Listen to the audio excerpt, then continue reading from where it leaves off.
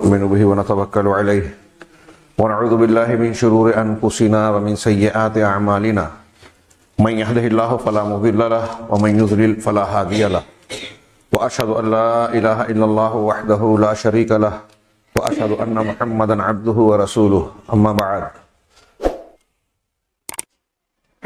فإن خير الحديث كتاب الله وخير الهدي هدي محمد صلى الله عليه وسلم وشر الأمور محدثاتها وكل محدثة بدعة وكل بدعة ضلالة وكل ضلالة في النار. أعوذ بالله من الشيطان الرجيم. بسم الله الرحمن الرحيم. وما أصابكم يوم التقى الجمعان فبإذن الله وليعلم المؤمنين وليعلم الذين نافقوا وقيل لهم تعالوا قاتلوا في سبيل الله أو ادفعوا قالوا لو نعلم قتالا لاتبعناكم هم للكفر يومئذ أقرب منهم للإيمان يقولون بأفواههم ما ليس في قلوبهم والله أعلم بما يكتمون. حاضرین گرامی، ہماری گفتگو گزشتہ ہفتہ سے غزوہ احد سے متعلق جاری ہے. سیرت رسول جناب محمد رسول اللہ صلی اللہ علیہ وسلم کے اندر ایک نمایاں باب جس میں ہمارے لیے درس و عبرت کے بہت سارے سامان ہیں. یہی وجہ ہے کہ اللہ تبارک و تعالیٰ نے رب العالمین نے قیامت تک لوگوں کی ہدایت کا صحیفہ جو نازل فرمایا قرآن مجید، اس میں غزوہ احد کے واقعات، اس کے پس منظر اور اس میں حصہ لینے والے یا اس کے ساتھ برتاؤ کرنے والے کرداروں کو ہمارے اور آپ کے سامنے پیش کیا اور بتایا کہ ایک سچا مومن کیسا ہوتا ہے، کفار و مشرکین کا مزاج کیسا ہوتا ہے، منافقین ان دونوں کے بیچ میں جو ایمان کا ظاہری دعویٰ کرتے ہیں اور حقیقت میں ایمان کے مخالف ہوتے ہیں، ان کے چہرے یعنی ان کے طور طریقے کیسے ہوتے ہیں، پھر ہر عمل کا، ہر منہج کا انجام کیا ہوتا ہے. اللہ تبارک و تعالیٰ نے سورہ آل عمران کی متعدد آیات میں کئی رکوعات میں پھیلے ہوئے اپنے تبصروں اور ہدایات کی روشنی میں ہمیں بہت ساری تلقینات فرمائی. چنانچہ انہی میں سے ایک یہ تھا جس کا تذکرہ ہم واقعات کی روشنی میں کرتے ہوئے ذکر کر رہے تھے. اللہ تبارک و تعالیٰ نے یہاں آیت میں جو میں نے تلاوت کی کہ جس دن دو گروہوں کی مٹ بھیڑ ہوئی اس دن تمہیں جو بھی نقصان پہنچا وما اصابکم یوم التقى الجمعان فبإذن اللہ، تو وہ اللہ کے حکم سے ہی تھا. وَلِيَعْلَمَ الْمُؤْمِنِينَ، یہ اس لیے تھا کہ اللہ مومنوں کو جان لے. اللہ ہر چیز جانتا ہے لیکن حجت پوری کرنے کے اعتبار سے واقعاتی طور پر ایک چیز ظاہر ہو جائے، حجت پوری ہو جائے تو معلوم ہو جائے کہ پکے مومن کون ہیں. وَلِيَعْلَمَ الَّذِينَ نَافَقُوا، اور تاکہ اللہ تبارک و تعالیٰ یہ بھی جان لے کہ منافقین کون ہیں، نفاق کس نے اختیار کر رکھا ہے. وَقِيلَ لَهُمْ، جبکہ ان سے کہا گیا تھا تعالوا، آؤ، قاتلوا فی سبیل اللہ، اللہ کے راستے میں جنگ کرو، قتال کرو، او ادفعوا، یا کم از کم دفاع کرو نبی صلی اللہ علیہ وسلم سے، یا آپ سے نہیں تو اپنے وطن، اپنے جان مال اور اپنے بال بچوں سے کا بچاؤ کرنے کے لیے دفاع کرو، اس کے لیے دشمنوں کو کھدیڑنے کی کوشش کرو. تو کہتے ہیں قالوا لو نعلم قتالا لاتبعناکم، اگر ہم جانتے، قتال کو جانتے تو ہم تمہاری پیروی کرتے. اس کا دو معنی کیا علماء نے کہ اگر ہمیں لڑائی بھڑائی کا علم ہوتا، لڑنے کے طریقے معلوم ہوتے تو ہم تمہارے ساتھ آتے. یہ بہانہ تھا، عذر تھا. ایک دوسرا معنی یہ لوگوں نے بیان کیا کہ یہ منافقین نے اس وقت یہ کہا کہ اگر ہمیں یہ معلوم ہوتا کہ واقعی مقابلہ کرنے جا رہے ہیں یا واقعی مقابلے کی کیفیت ہوتی تب تو ہم تمہارے ساتھ ہوتے، لیکن حقیقت میں تم لوگ تو اپنی جان گنوانے جا رہے ہو، خودکشی کرنے جا رہے ہو. یہ مختصر سی تعداد 3 گنا زیادہ لوگوں سے مقابلے کے لیے جا رہی ہے، تو یہ جانتے بوجھتے اپنے آپ کو موت کے منہ میں دھکیلنا ہے، لہذا ہم آپ کا ساتھ نہیں دے سکتے. یہ مقام شوط کا واقعہ ہے جو گزشتہ ہفتہ جہاں تک ہم لوگ پہنچے تھے کہ مسلمانوں کا لشکر مقام شوط پر جب پہنچا، جہاں پڑاؤ ڈالا تھا، اسی مقام سے جہاں کفار کا لشکر سامنے سے دکھائی دینے لگا اور مسلمانوں کو دیکھ رہے تھے، مسلمان کافروں کو دیکھ رہے تھے، اس مقام پر عبداللہ بن ابی بن سلول راس المنافقین نے اپنے ساتھیوں کے ساتھ مسلمان لشکر سے دغا کی اور اپنے ساتھیوں کو لے کر واپس پلٹنے لگا. تقریباً 300 مقاتلین کے ساتھ وہ واپس پلٹا. 1000 کے لشکر سے 300 کو کم کر دیا جائے 700 بچے. جب وہ واپس جانے لگا تو عذر اور بہانہ یہ پیش کیا کہ ہماری رائے مانی نہیں گئی, ہماری رائے پر عمل نہیں کیا گیا, میری رائے یہ تھی کہ مدینہ میں رہ کر مقابلہ کیا جائے. ظاہر سی بات ہے نبی کریم صلی اللہ علیہ وسلم کی رائے بھی یہی تھی. ہاں, لیکن آپ نے اصول بناتے ہوئے, مسلمانوں کو ہمیشہ کے لیے ضابطہ دیتے ہوئے, آپ نے اکثریت کی رائے کو ترجیح دی اور باہر نکل کر مقابلہ کرنے کا فیصلہ کیا, جیسا کہ گزشتہ ہفتہ میں گزر چکا. اور یہ بہت اہم بات ہے کہ نبی کریم صلی اللہ علیہ وسلم نے اجتماعی امور کو مشوروں کے حوالے کیا, قرآن کے اصول اور اللہ کے حکم پر عمل کرتے ہوئے. وشاورہم فی الامر, کہ لوگوں سے معاملے کے سلسلے میں آپ مشورہ کیجیے. اللہ تعالیٰ کے اس حکم پر عمل کرتے ہوئے رسول اللہ صلی اللہ علیہ وسلم نے نمونہ پیش کیا, ورنہ اللہ کے رسول صلی اللہ علیہ وسلم خود انتہائی ذہین و فطین اور گہری نظر رکھنے والی شخصیت تھی. آپ کی اپنی رائے تھی, اور اگر آپ صحابہ کرام سے کہتے ہیں کہ میرا یہ فیصلہ ہے تو کوئی اسے انحراف نہیں کرتا.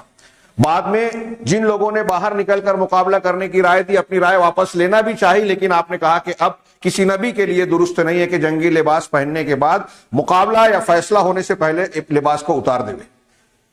اب اس میں مصلحت کا تقاضا تھا کہ اکثریت کو مان لیا. فَإِذَا عَزَمْتَ, جب فیصلہ مکمل ہو گیا, ہاں عزم ہو گیا, فیصلہ ہو گیا, فَتَوَكَّلَ اللَّهِ, تو اب اس پر عمل کرنا ہے اور بھروسہ اللہ پہ کرنا ہے.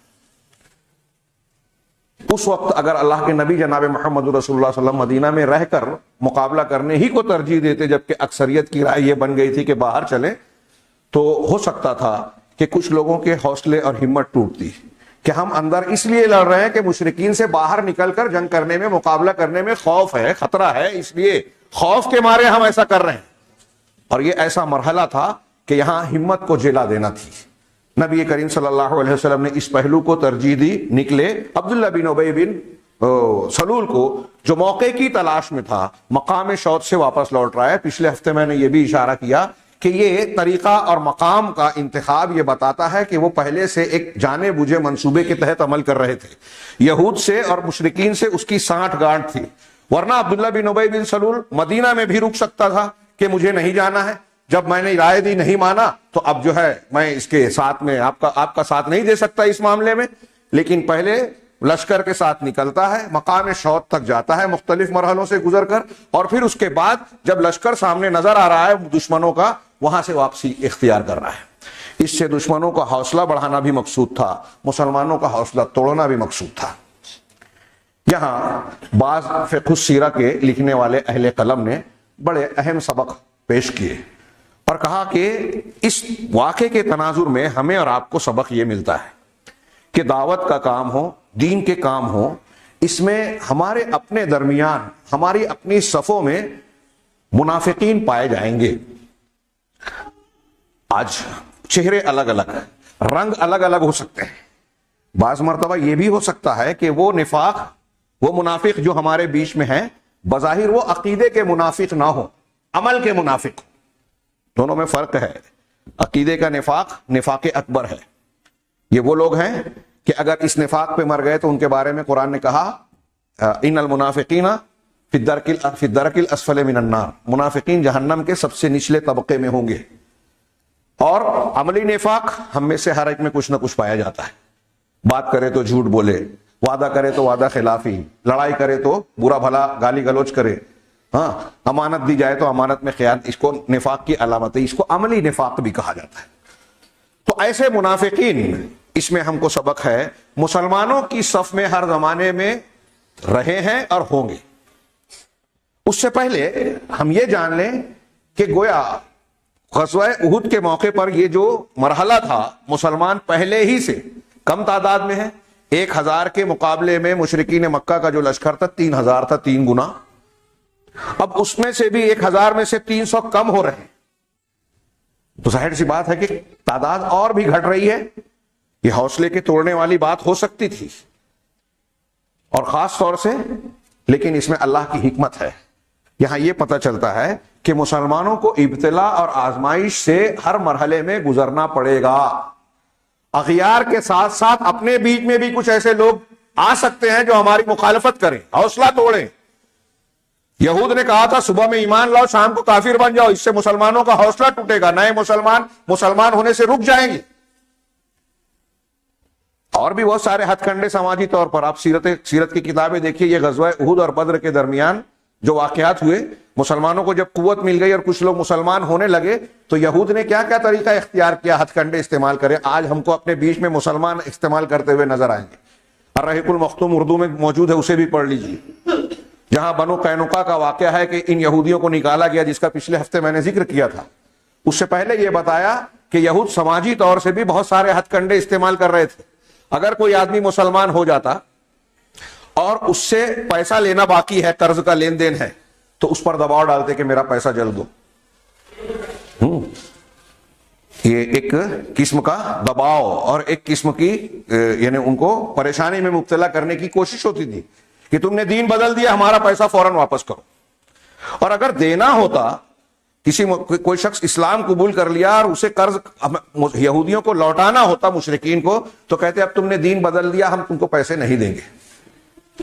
آج ہمارے بیچ میں اس قسم کے کردار پائے جاتے ہیں کہ نہیں. کہاں جہاں کسی کی دوستی ہے, آپ نے جہاں مخالفت کی, ان کو لگا کہ یہ ہم کو خوش کرنے کے خلاف جا رہے ہیں, ہماری مرضی کے خلاف جا رہے ہیں, فوراً اس طرح کے ہتھ کنڈے استعمال کیے جانے لگتے ہیں. یہودیت, شرک اور کفر کی کمظرفی آج ہمارے مسلمانوں میں نظر آتی ہے. اور اچھے جو اسلام کا دعویٰ کرتے ہیں, اعلان کرتے ہیں کہ ہم دین کا کام کرتے ہیں, تو ایک سبق یہ ملتا ہے کہ اگر ہم قرآن و حدیث اسلام کے راستے پر چل رہے ہیں تو لازمی ہے کہ ہم کو آزمائشوں سے, تکلیفوں سے, مشقتوں سے گزرنا پڑے گا. نبی کریم صلی اللہ علیہ وسلم اور صحابہ کرام کو گزرنا پڑ رہا ہے. ایسا نہیں ہے کہ ایک فیصلہ ہم نے کیا, منصوبہ بنایا اور بغیر کسی رکاوٹ کے ہم کامیابی کی چوٹی تک پہنچ جائیں گے. دقتیں آئے گی, مشقتیں آئے گی. کیوں آئے گی؟ یہاں جو میں نے آیت پڑھی تھی سورہ آل عمران کی کچھ آیتیں, اس میں اس کا سبب بتایا گیا تاکہ اللہ تبارک و تعالی سچے پکے کھرے کھوٹے کے درمیان فرق کر دے وے, چھانٹ دے وے ان کو. آزمائشیں ضروری ہیں. ان آزمائشوں سے پتہ چلتا ہے کہ پکا مسلمان کون ہے, اصول والا کون ہے, اور بے اصولہ, بے منہج, مفادات کے پیچھے بھاگنے والے منافقین کون ہیں. ایسا ہم کو روز کے واقعات میں بھی نظر آئے گا. تو یہ مشقتیں, اللہ تبارک و تعالیٰ نے کہا نا وَلِيَعْلَمَ الَّذِينَ وَلِيَعْلَمَ الْمُؤْمِنِينَ, یہ واقعہ, یہ معاملہ کیوں ہوا؟ تاکہ اللہ تبارک و تعالیٰ مومنین کو جان لے وے, پکے مومن کون ہیں. وَلِيَعْلَمَ الَّذِينَ نَافَقُوا, اور ان کو بھی پہچان لے وے جو منافق ہیں, جنہوں نے نفاق کیا, وہ بھی کھل کر سامنے آ جائیں. آزمائشیں آتی ہیں تبھی کھرا کھوٹا چھٹتا ہے. اس سے یہ معلوم ہوا کہ ہر زمانے میں منافقین ہوں گے, مسلمانوں کی صفوں میں کچھ لوگ ایسے ہوں گے, اور ان کا رنگ الگ الگ ہوتا ہے. لیکن جہاں تک ہم کو اس کی پہچان ہو جائے, جب ہم ان کو جان لے کہ یہ منافق ہے, کیسے پتہ چلے گا؟ اس کی ایک پہچان یہ بھی ہے کہ ایسے لوگ اصول اور منہج کے پابند نہیں ہوتے. انہیں یہ نظر آتا ہے کہ ہم ان کے ساتھ ہیں, ہمارا مادی فائدہ, سیاسی فائدہ, مالی فائدہ, دنیا کا فائدہ سامنے ہے, تو فوراً صف بدل لیتے ہیں. وہاں جائیں گے تو ہم کو ملے گا, بھائی اس جماعت کے ساتھ رہیں گے تو ان کے پاس کیا ہے, نہ پراپرٹی ہے, نہ کچھ اور فائدہ ہے, یہ تو مسلمان کمزور ہیں.